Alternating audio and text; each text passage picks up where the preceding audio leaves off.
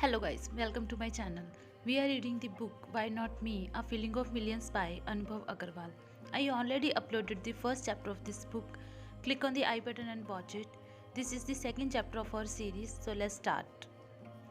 Buckle up for the boards.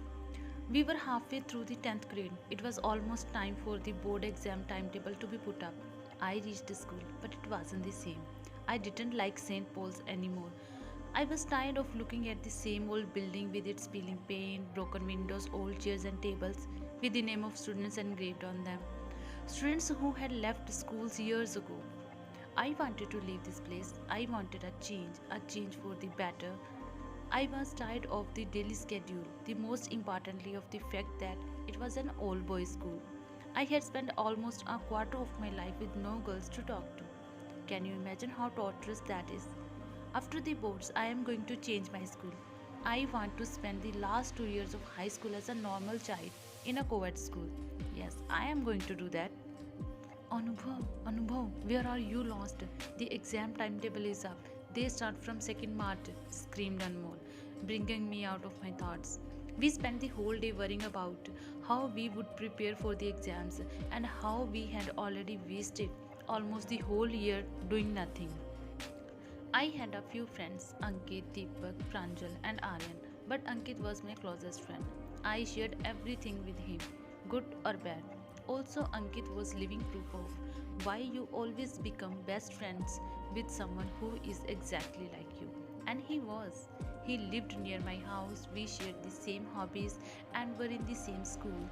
Who else could have been my best friend if not him? Ankit was the kind of guy who would tell you if you were wrong. He had small brown eyes and wore full framed spectacles, which always kept slipping down his nose. His nose was long and sharp and really pointy. Honestly, it made him look like Pinocchio. He had a hint of mustache and no signs of a beard yet. He was tall, healthy, and really lazy. He always wore clothes that were too big for him and had really small feet for a boy. His family was not as big as mine, with just his parents and a baby sister. One thing I know for sure is that he was always scolded because of me, and maybe sometimes even received a left and a right on the cheek. The reason being that I always called him during the exams so we could go out and relax for a while or maybe have an ice pop. I didn't really enjoy being surrounded by friends or people all the time. I liked my privacy and have always been an introvert. This is also played to my benefit because Ma always said, do whatever you want in your life, but promise me that you will always stay away from drinks and cigarettes. So that's what I did. I never touched them. Today was not so bad because I enjoyed my lunch on my own. Remember those idiots who always stole my lunch? Anmol and Pranjal, they were absent today. And this gave me the luxury of enjoying my aloo pranthas all by myself. But the luxury did not change my or anybody else's facial expression. Our faces were still pale with the news of the exams commencing on 2nd March. Oh my god, what are we even going to do? How will we complete such a vast portion? I can't think straight. I'm so scared. I'm losing my mind, said a scared Deepak, finally breaking the pin drop silence. Don't worry, bro. Tell me, how have we passed our exams to date? We remember our Lord Bhole, and He never lets us fail a single exam. If we have done this before, we can do this again, I assured him with a laugh. At least that made everyone laugh.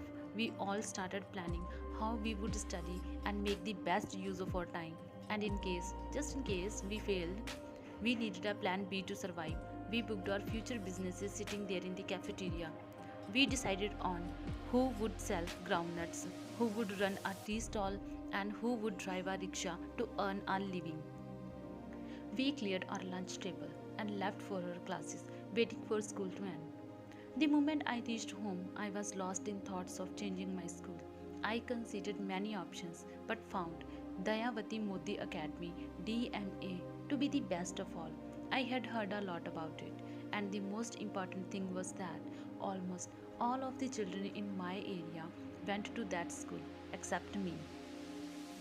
Listen, Anubhav, the timetable for the exams was put up today and Lalit sir is going to be realistic now. So make sure that you are not late for tuition. Pick me up on time, okay? Pranjal texted me. Alright, I'll be there, I replied. When I came back from tuition, the sun had already set. This day was pretty uneventful. Normally, my days weren't so eventful. Is something wrong? Is this the silence before a storm? Or am I overthinking things again?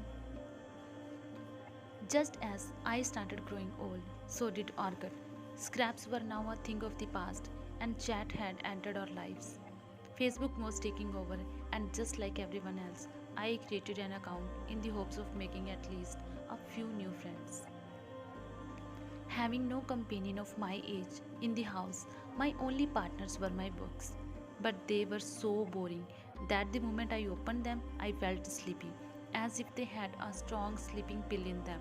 I tried studying for a while, but eventually gave up. For refreshment, I turned on my computer and logged into Facebook. As I logged in, I saw a section titled People You May Know. I closed my eyes and randomly sent friend requests to the people on that list. I grew up in the 90s, in the era of hopeless romantic movies, and that made me a hopeless romantic. I wanted that one love in my life, a person I could live with and share everything with, my life, my happiness, my sorrows, and eventually marry. The only difficulty was that I hadn't found someone like that yet. Keep in mind that I went to an all boys school. So, this is the second chapter of the book. I will upload the next chapter soon. Hope you guys enjoyed the video. If you like, then let me know in the comment section below. Hit the like button and subscribe to my channel. I'll see you in the next video. Till then, goodbye.